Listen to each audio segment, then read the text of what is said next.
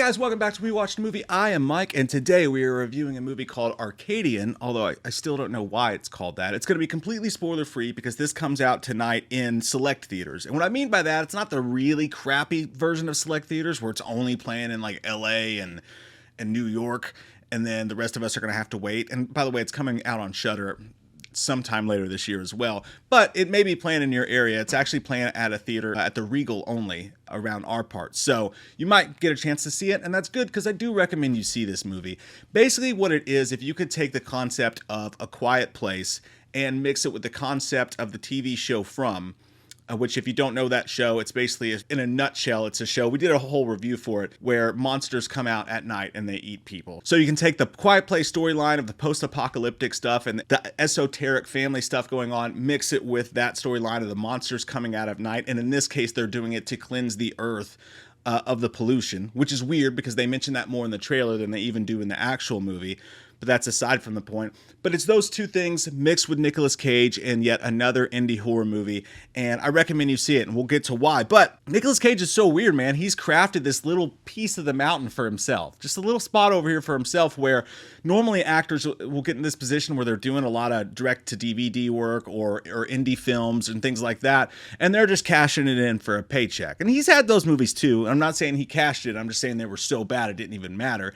But, you know, the Steven Seagal route and stuff like that, you could never accuse Nicolas Cage of being. And what he's done is he's crafted his own kind of subgenre with movies like Mandy and stuff like that. And he's elevating the material. Sure, he's doing smaller indie films, but they're original shits, you know what I mean? And he's elevating them to a different level, and it's just really cool to see. I love seeing it. Movies like Pig that came out and Mandy and things like that he's doing, you can add this right into that echelon as well. And this one's weird because it was actually written by his agent who produces a lot of his films like this one, but he wrote this film. It's directed by the guy who directed a movie that we just did a review for a while back that I recommend you guys check out on Netflix called Reptile. It's got kind of a nocturnal animals feel to it. And by the way, both those reviews for the TV show From, all the Quiet Place trailer, the Reptile thing, they're all on this channel, and you can find them. Just make sure you click subscribe and the bell and check all those out. I'll put them at the end of this video. Sorry, you got to do it. Sorry about that. You have to do it. It's YouTube. It's one of the Geneva Convention rules. And yeah, like only 50% of the people watching or some crazy shit like that are actually subscribed to the channel. So click it. You fucking fuck. One of the main aspects of this film is the post-apocalyptic stuff. You're watching Nick Cage and his two sons, played by Jaden Martell, who was Bill in It, and feels like a totally different character here in a great way. He has like this Macaulay Culkin-ish family vibe to him, mixed with like Daniel Radcliffe, and I mean that in the best of ways. He was so good in this movie.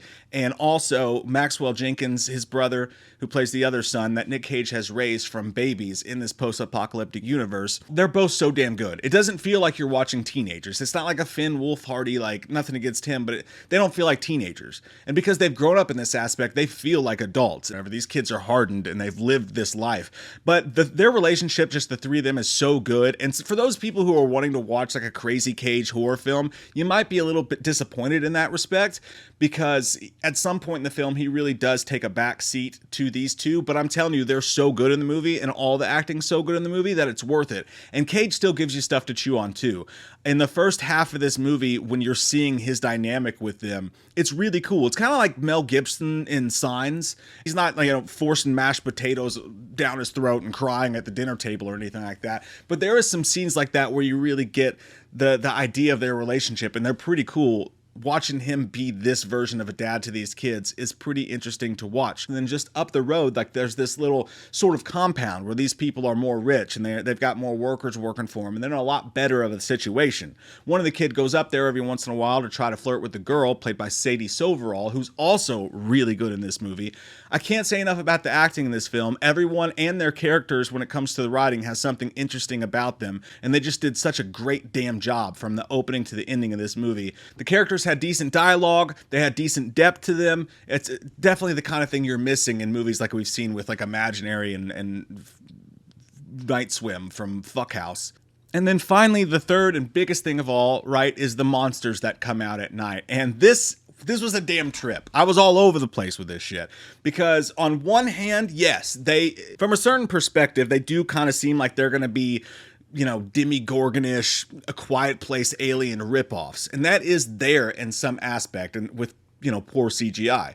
And all of that is true at moments. But there's all these other layers to them and all these interesting things that they do with them that are really fucking cool. And it evens out somewhere in the middle, but the monsters, while not perfect, and the lighting drove me crazy at times because you just wanted it's like I want to see it. And sometimes it works in like a cool Clover-esque kind of way where you only see bits and pieces and like, what the fuck was that? And you're like squinting at the screen before it jumps at your face and you're like, Bugenhagens! I didn't expect that at all. That new fucking thing that you did there. That got me good. And it's just a mix of the two, but it's pretty cool. And they do some innovative and very original things with the monsters that you've never seen monsters or aliens or whatever do on screen before. And it just makes up for some of the bad lighting and some of the CG and a couple of the other not so original parts of them. It works out. The monsters, at the end of the day, pretty fucking rad.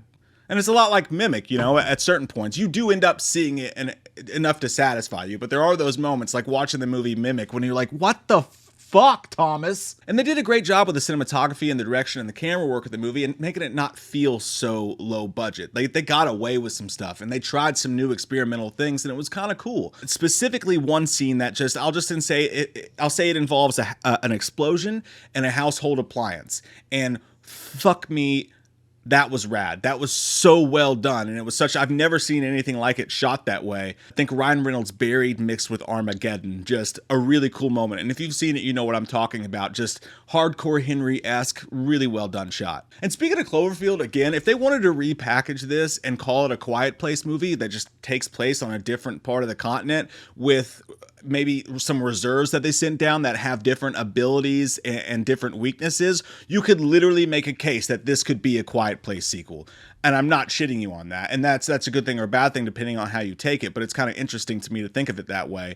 It's like a Quiet Place sequel with monsters with different rules and abilities. Just dead ass. There is one specific decision towards the end of the movie that a character makes, and it drives me absolutely crazy. I'm sitting there screaming at the screen going, this makes no sense. Why would you do that? Get back in that fucking room right now. It's one of those moments where you go, that was just stupid. Like, it would have taken 2 seconds to explain the situation to not do this right now. And that one character moment really just God, it burns my ass that they did that and they made that choice with it. But it's not enough to ruin the film by any means. It's just, you'll know, I think, the specific moment I'm talking about. It's like, what the fuck did you do that for? Get back in the fucking room.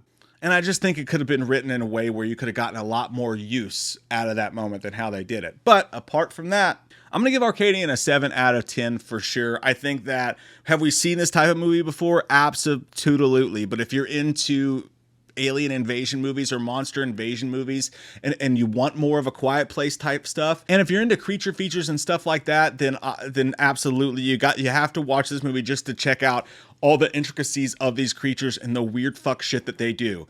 It's got to be seen if you're into that kind of stuff for sure. And it's a movie that I could see sequels of and I would watch them for sure. It's not a must-see movie for people who aren't into those things specifically. Again, this is a plot that we've seen done out literally before our eyes before. It doesn't really add anything new in that aspect except for it's just written really, really well and the characters blend together well and the family story's done really well and Nicolas Cage is fucking awesome in everything that he's in. And who, what, where? And it has a cool monster in it. And that is my review for Arcadian. Check it out and make sure you click subscribe. Got a review for Sting coming up as well. New scary spider film that's coming out this week and tons more movie news, all that stuff inside of you. Did I say 2 fingers? I meant 3. I love your fucking faces. I hope you guys have an amazing day. Here comes that white-faced fucker, an asshole like no other. He's a big old piece of shit. Wants to stab your sister's tits cause he's a white-faced fucker. Loomis can't recover. Dr. Challenge drunk again. Sleeping with your sister's friends. Do you want to know about the darkness? I said, God damn. God damn you, faggot! Halloween never ends, suck my fucking dick, and I don't really care what Blumhouse fucking says. Put him in a box, or suck a fucking cock. You can say he's dead, but we all know he's not, yeah. So let's go trick-or-treating, let's go fucking drinking, let's all go rent Pumpkinhead on VHS.